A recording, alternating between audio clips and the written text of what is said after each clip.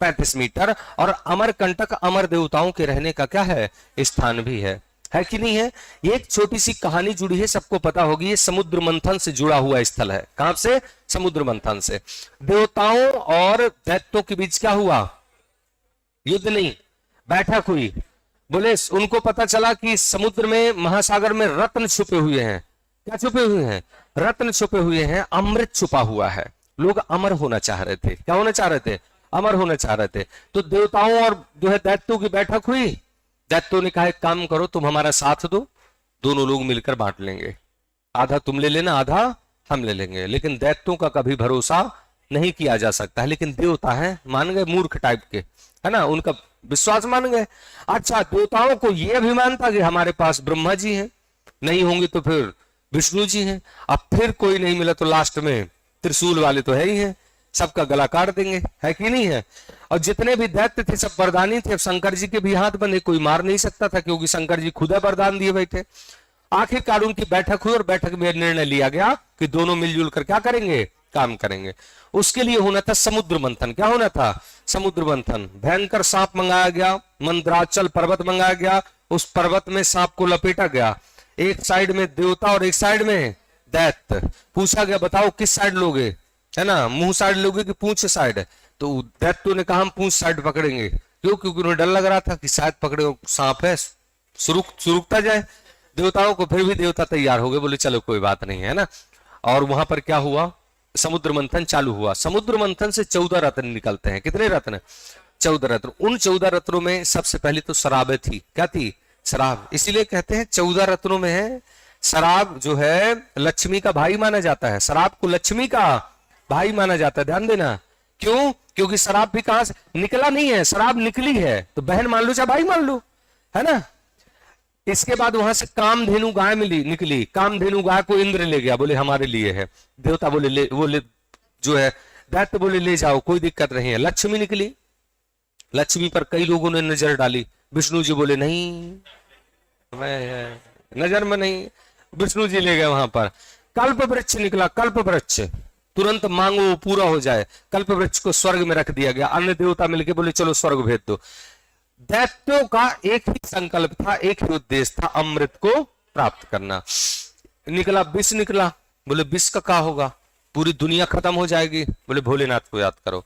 देवता भी उनके जो है सेवक थे और दैत्य भी उनके चेला, किसके, भोलेनाथ के। उनको बुला के भोले से भोले भांग समझ के पी गए, है ना। बोले हम पी रहे हैं। खैर, दुनिया के उद्धार के लिए, पृथ्वी को बचाने के लिए भोलेनाथ किसको पी गए, हलाहल जहर को। हलाहल जहर खतरनाक जहर होता है, आगे समझ। आस पास भी उसका गंध भी आ जाए तो तुरंत में जो है जीव निपट जाएगा उस हलाहल जहर को, है ना। अब भोलेनाथ मगन बिल्कुल, बोले लो भांग की जगह पिला दिया, सट्ट से ले गए पूरा। अब होने तो एकदम जलन, पेट में गले में एकदम जलन। अब शंकर जी उच के फिर बिल्कुल चारों तरफ जो है आ गया था। अरे मतलब परेशान से दिखे, है ना। माता पार्वती ने कहा कि देखो ऐसा है ना, सबसे जो ठंडक प्रदान करता है वो करता है कौन, सर्प। इसलिए सर्प को गले में धारण कर लो, और सिर्फ गले में नहीं, है ना, जहां जहां जलन पैदा। इसलिए देखो पेट में सर्प, हाथों में सर्प, गले में सर्प, मूड़े में सर्प। हलाहल जहर पूरे बॉडी में उनको क्या कर दिया था, जलन पैदा कर दिया एकदम, है ना। उस जलन को उन्होंने किससे दूर किया, सांप से। इतना ज्यादा जहर का प्रभाव कि पूरे शंकर जी कैसे हो गए, नीले पड़ गए। वो जहर उनके कंठ में स्पष्ट रूप से दिख रहा था, नीला पड़ गया पूरा कंठ, है ना। इंसान नीला पड़ जाए मतलब मृत हो गया। वो आदि देव है ना, उनको कोई फर्क नहीं पड़। वो तो नाटक करते हैं कि जलन हो रहा है, उनको कोई जलन होगा, है ना, कुछ नहीं। तो उनका गला नीला हुआ, तभी से उनका नाम क्या पड़ जाता है, नीलकंठ। क्या पड़ जाता है, नीलकंठ तुम नीले रहियो, हमरे भजन राम से कहियो। इसलिए नीलकंठ को शंकर जी का अवतार माना जाता है। अभी दशहरा के दिन जिसको नीलकंठ दिख गया होगा उसकी जिंदगी मतलब भवसागर से पार है, उसको स्वर्ग मिलेगा सीधा। किसी ने दिखा है किसी को, है ना, आपको दिखा है तो आप यहाँ क्या कर रहे हो भैया, ये आपकी जगह, ये आपकी जगह नहीं है, आपका स्थान देवताओं की जगह पर है। खैर ठीक है, अब फिजिकल नहीं देख पाते हैं फिजिकल नहीं देख पाते तो क्या करते हैं, आप लोग फोटो में लिख देते हैं नीलकंठ, और क्या कर देते हैं, भेज देते हैं। एक लड़की है अभी, उसने भेजा था, क्या नाम है उसका, साधना नाम की, दशहरा की सुबह सुबह भेजा, दशहरा की राम राम और नीलकंठ बना के भेजा। नीलकंठ को अवतार माना जाता है शंकर जी का, भोलेनाथ का, है ना। मन तो ये हुआ कि बहन आप और अच्छे से कर लो जो है ना। खैर ठीक है, खैर वो वीडियो देखेंगे तो ऐसा ना उनको बुरा लग जाए, है कि नहीं है। हाँ, यहाँ से मृतला से है, मृतला की। खैर यहाँ पर देखिए जरा, तो उससे जो अमृत निकला, अमृत की कहानी है, सब लोगों ने पढ़ा होगा। वहां पर अमृत के लिए दोनों देवता और क्या होने लगे, देवता और दैत्य लड़ने लगे, हाहाकार मच गया, है ना। और देवता, छोटे छोटे देवता और दैत्य बड़े बड़े मूंछों वाले, उठा उठा के पटक दे, इंद्र को ले, कुबेर को ले। हाँ ऐसे तो हुआ नहीं। एक बात बताओ, देवता यदि बलिष्ठ होते तो उनको उनके पास जाने की जरूरत पड़ता, विष्णु जी के पास। इतने मारे गए, इतने खतरनाक तरीके से। त्राहिमाम प्रभु, विष्णु जी के पास त्राहिमाम, क्या हो गया बच्चा, बोले अरे कुछ नहीं, मारे ऊपर से गए और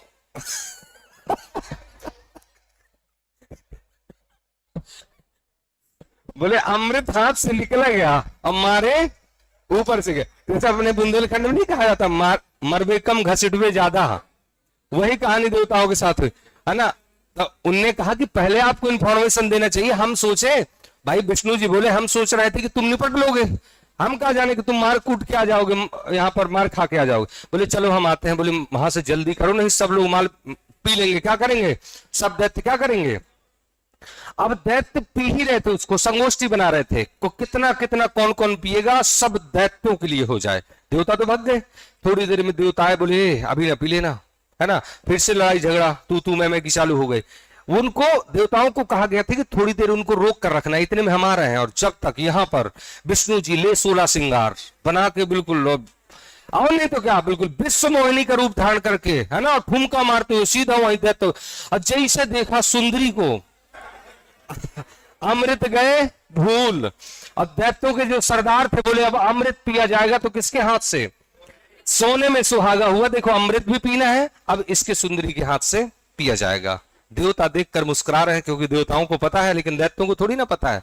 अब वो काहे को मंत्र मुग्ध, यहाँ 5 मिनट नाचे, 5 मिनट वहां नाचे, और तरह तरह के, मतलब डांस नहीं होते वो कौन से डांस होते, सोलो डांस, फलाना डांस, हाँ मतलब शानदार तरीके से मंत्रमुग्ध। और जितने भी दैत्य थे सब क्या हो गए, मंत्र मुग्ध हो जाते हैं, मोहित हो जाते हैं। नाम है विश्व मोहिनी।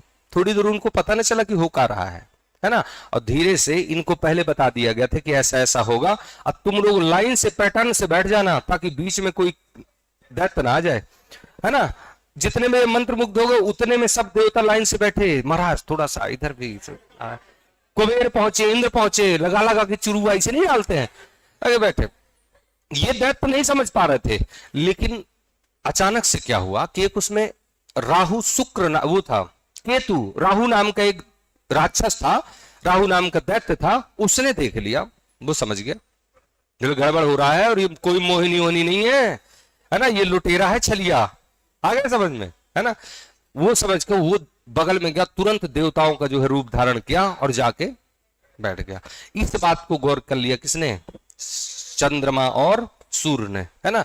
उसने जैसे ही, अब यहां पर विश्व मोहिनी गई और एक कुल्ला जैसे डाला, वो तो तुरंत ले गया, मतलब ऐसा नहीं कि कोई छुड़ा ले, वो देख लिया कि उठा रहे हैं सूरज और चंद्र, हाथ उठा रहे हैं, वो बिल्कुल भी देर न किया, महाराज थोड़ा जल्दी, थोड़ा सी स्पीड से, काम हो गया, अंतिम है, डारा तत्काल मिलेगा गट्टे से, बचा गया, है ना।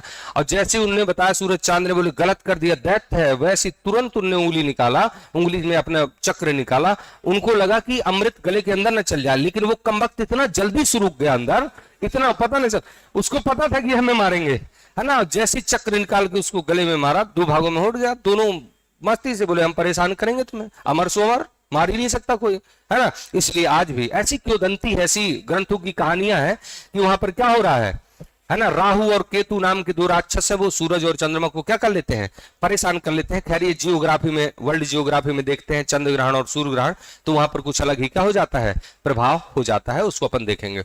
अब क्या हुआ, देवता तो पी गए, सब देवता अमृत पी गए, अमर हो गए। अब जैसे ही दैत्यों को पता चला कि हमारे साथ तो इसने क्या किया है, छल किया है, सब अपने अपने हथियार निकाले, बड़े बड़े एकदम जो है ना, फरसा वरसा लेके दौड़ पड़े विश्व मोहिनी को। विश्व मोहिनी तो विश्व मोहिनी, उससे तेज कोई दौड़ेगा, दुनिया को जिसने छला है, सबसे बड़ा छलिया, आ गया समझ में, और सबसे बड़ा दौड़ने वाला, समय जिसके अनुकूल चलता है उसको तुम पकड़ने दौड़ोगे। फिर भी उसने मतलब लीला की, है ना। वायु मार्ग से भगते दौड़ते दौड़ते विश्व मोहिनी भग रही है, पीछे पूरे क्या लगे हैं, दैत्य लगे हैं। अब दौड़ने में एक बात बताओ, आप मटकिया लिए हो पानी का, दौड़ोगे तो छलकेगा नहीं, छलकेगा ना।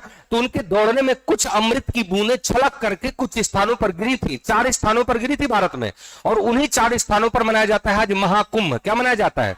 वो महाकुंभ उसी क्षण मनाया जाता है जिस क्षण वो अमृत की बूंदें वहां पानी में गिरी थी। इसलिए आज भी लोग, आज कम दैत्य हैं क्या, ये जितने होड़ लगा के नहाने जा रहे हैं ना आगे दौड़ के, वो सब अमृत की तलाश में है, हमें भी कुछ मिल जाए, आगे समझ में। इसलिए पर भी जो पड़ती है ना महाकुंभ की, इलाहाबाद में लोग एकदम नहाने जाते हैं, बोले पर भी पड़ी है, महाकुंभ है, वो वास्तव में अमृत की तलाश में जाते हैं। शायद उस एकाध बूंद में थोड़ा सा भी कण अंदर चला जाए, इस तलाश में जल्दी जल्दी नहाते हैं, भीड़ भाड़ में भी नहाए पड़ते हैं, कहीं उसके अंदर ना चला जाए, थोड़ा सा पार्ट हमारे अंदर भी आ जाए तो हम क्या हो जाए, अमर हो जाए। तो ये सब दैत्य है।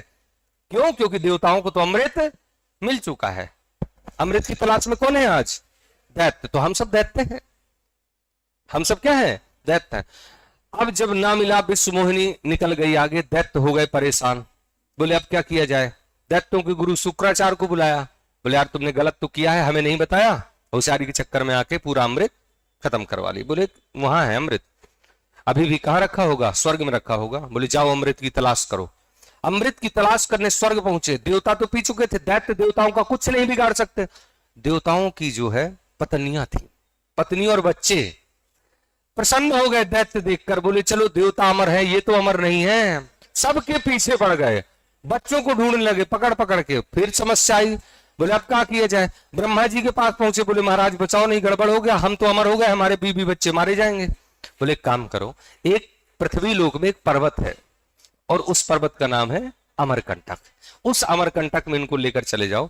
वहां श्राप है कि वहां दैत्य वर्ग का प्राणी नहीं पहुंच सकता, जाएगा तो सीधा क्या हो जाएगा? भस्म हो जाएगा। तो देवता अपनी अप्सराओं को, अपनी पत्नियों को साथ में लेकर कहां गए? अरे पत्नी सबको लेकर, बीवी बच्चों को कहां लेकर आ गए? अमरकंटक में लेकर आ गए। आ गया समझ में? निष्कंटक वहां पर हो गया। और देवता सभी, इसीलिए आज भी कहते हैं कि देवता यहां पर आते हैं। एक स्थान है भारत में जहां पर रात में देवता उतरते हैं, अपने बीबी बच्चों से मिलने आते हैं। वो क्षेत्र कोई और नहीं, वो कौन है? अमरकंटक। ये जानकारी मिली किसको? कालिदास को, उज्जैन के कालिदास। उज्जैन से वो सीधा अमरकंटक गए, बोले देखना है जो देवी देवताओं के रहने की जगह है वहां तो जाएंगे। बहुत समय तक रहे यहाँ कालिदास, और यहीं पर बैठकर उनने एक पुस्तक लिखी थी जिनका नाम था मेघदूतम। मेघदूतम पुस्तक किसके द्वारा लिखी गई थी? और बहुत सारी पुस्तकें, कुमार संभवम, मेघदूतम, है ना। तो मेघदूतम जो पुस्तक लिखी गई है वो कहां बैठकर लिखी गई है? अमरकंटक में ही बैठकर लिखी गई है। किसके द्वारा? कालिदास के द्वारा लिखी गई है। क्या ये बात समझ में आई? बोलो बोलो। अमरकंटक की ऊंचाई 1035 मीटर।